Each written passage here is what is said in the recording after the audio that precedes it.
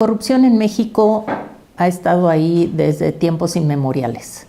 Podemos identificarla como un problema histórico y endémico de nuestro país.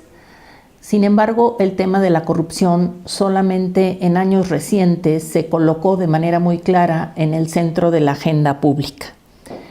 ¿Por qué es que se ha colocado hoy o en estos tiempos en el centro de la agenda? Tiene que ver con tres grandes fenómenos que alcanzo a ver. Uno primero es de qué manera los grandes casos de corrupción, los grandes, esos que afectan a grandes instituciones públicas y que involucran a enormes volúmenes de dinero público desviado para fines privados, esos grandes problemas se han hecho más visibles. La visibilización de la corrupción ha hecho que el problema ahora esté en el centro de nuestra discusión pública. Pero no solamente porque es más visible, sino porque la sociedad se ha convertido en menos, o se ha hecho menos tolerante, acepta menos los casos de corrupción,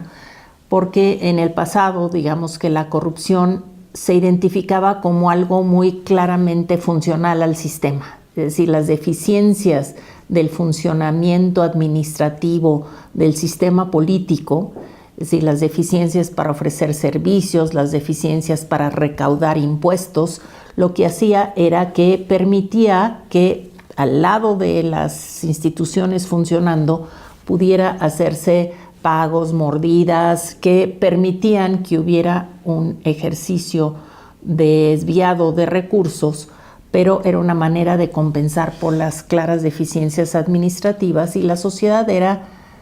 bastante tolerante frente a los casos de corrupción. En el momento en que después de la transición democrática, de que empieza a haber mayor pluralidad, competencia, de que la sociedad empieza a ganar terreno frente a las acciones del Estado, entonces es que la sociedad empieza a ser menos tolerante con la corrupción. Entonces la visibilidad es un asunto que explica por qué hoy la corrupción es algo que está en el centro. La mayor conciencia de los ciudadanos frente a los daños que causa la corrupción para la gestión pública, pero también para la relación entre la sociedad y el Estado y para que los ciudadanos podamos acceder a todos los servicios que ofrece el Estado sin que tengamos que pagar ninguna cuota adicional para que el servidor público o el intermediario se lleven una parte para hacer que funcione el sistema. Entonces, visibilización, concientización y un elemento más es que la corrupción se ha convertido en un elemento global. Hoy encontramos que en países democráticos, países menos democráticos o países con una democracia muy asentada, todos tienen una preocupación por la corrupción porque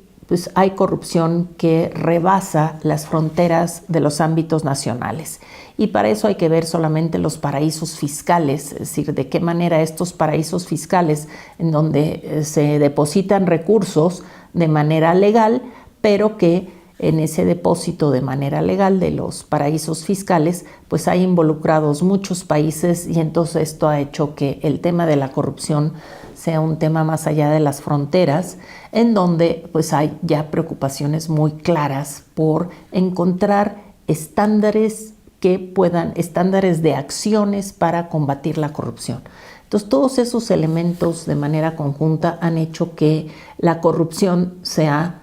mucho más visible y la sociedad esté más interesada en combatir la corrupción y se eleven las exigencias de la sociedad frente a los servidores públicos, porque es en esa relación entre la sociedad tolerante y una falta de estructura política y administrativa capaz de frenar